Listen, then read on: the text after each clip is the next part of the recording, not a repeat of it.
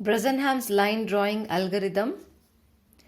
First step is to have two endpoints and consider the left endpoint to be x0, y0, and you can take the right endpoint. The right endpoint can be x end, y end. Second step, we are supposed to plot the first point, that is x0, y0. Then we should have these constants ready while solving the problem.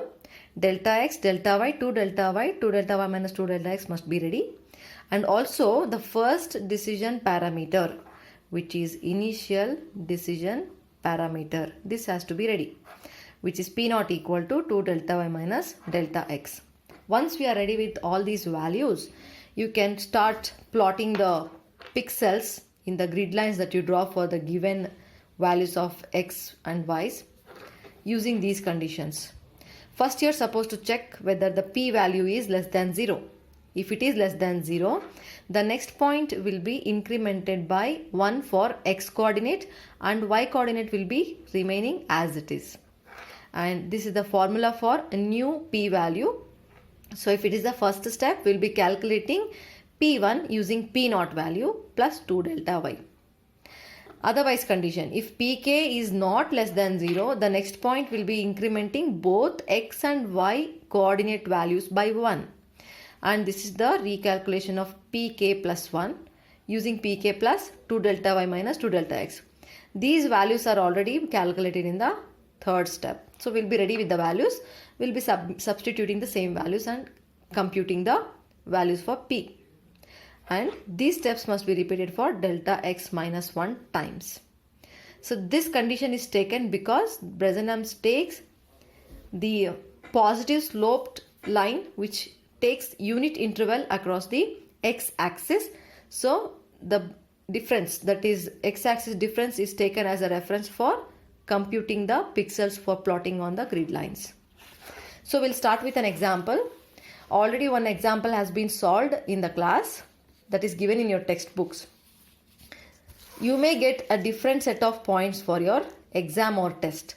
So to know how to draw the pixels, you can just follow these steps. So according to the first step, we are supposed to have two endpoints. I am taking two endpoints, 5, 6 and 10, 9. These can be x0, y0 value, and this can be the x and y end value. Now, we are supposed to plot the first pixel, that is 5, 6. For that we need grid lines, right? So the grid line should have along the x-axis pixels ranging from 5 to 10, 5, 6, 7, 8, 9, 10. Along the y-axis 6 to 9, 6, 7, 8, 9. So this is the grid line we need. This is how we plot it. X-axis difference, you see, 5 to 10. 5, 6, 7, 8, 9, 10. And then you have y-axis 6 to 9. Number them, 6, 7, 8, 9. Grid line is ready. First step is to plot x0, y0. In our case it is 5, 6. So we'll be plotting the 5, 6 value, pixel. This is the one. First pixel is ready. Now we are supposed to calculate the required constants. Delta x equal to x end minus x0, which is equal to x end is what? 10 minus 5, which is equal to 5. Delta y equal to y end minus y0, which is 9 minus 6 equal to 3. 2 delta y equal to 2 into 3 equal to 6. 2 delta y minus 2 delta x equal to 2 into 6, or you can take directly from here, minus 2 into 5. So, 2 into 3 minus 2 into 5. 6 minus 10, which is equal to minus 4. Next, we need decision parameter. Initial decision parameter. P naught equal to 2 delta y minus delta x. 2 delta y is 6 minus delta x is 5, which is equal to 1. So we need everything that we need for starting with the pixel allocations. First step. According to the algorithm, we are supposed to check the p-value. Existing p-value is p0. Is p0 less than 0? If you can see here, p0 is not less than 0. p0 is equal to 1. So it is not less than 0.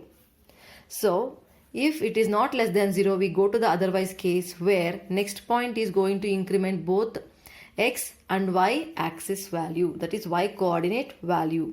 So the next point is, what is the previous x value and y value? It is 5, 6. And when p is not less than 0, you'll be incrementing both. So 6, 7. 5 plus 1 is 6 and 6 plus 1 is 7. So you're going to get 6, 7. Next point you're going to plot here. 6, 7 is this one. Okay. Next. Calculation of P1. When P0 is not less than 0, you have this formula. Pk plus, that is, Pk means P0 in this case, plus 2 delta y minus 2 delta x. It is already calculated, 2 delta minus 2 delta x, which is minus 4. So minus 4. P0 is equal to what? 1. So 1 minus 4, which is equal to minus 3. Next. Is P1 less than 0? As you can see, P1 is equal to minus 3, which is less than 0. If P value is less than 0, the next point is going to increment only x-axis but not y-axis. So the next point to be plotted will be 6 plus 1, 7, 7 as it is, because it will not increment the y-axis value. So 7, 7. Here. Okay. It should be in same color. Next. Calculation of P2. P2 equal to, since it is less than 0, it is less than 0 means Pk plus 2 delta y. Pk, it's nothing but P1 plus 2 delta y. 2 delta y is 6. 6. P1 value is minus 3 plus 6, which is equal to 3. Next. Is P2 less than 0? P2 is equal to 3, so it is not less than 0. When it is not less than 0, what we did? We are supposed to increment both x and y coordinate values. So the next point is 8, 8. Plot the 8, 8 pixel. Next, calculate P3.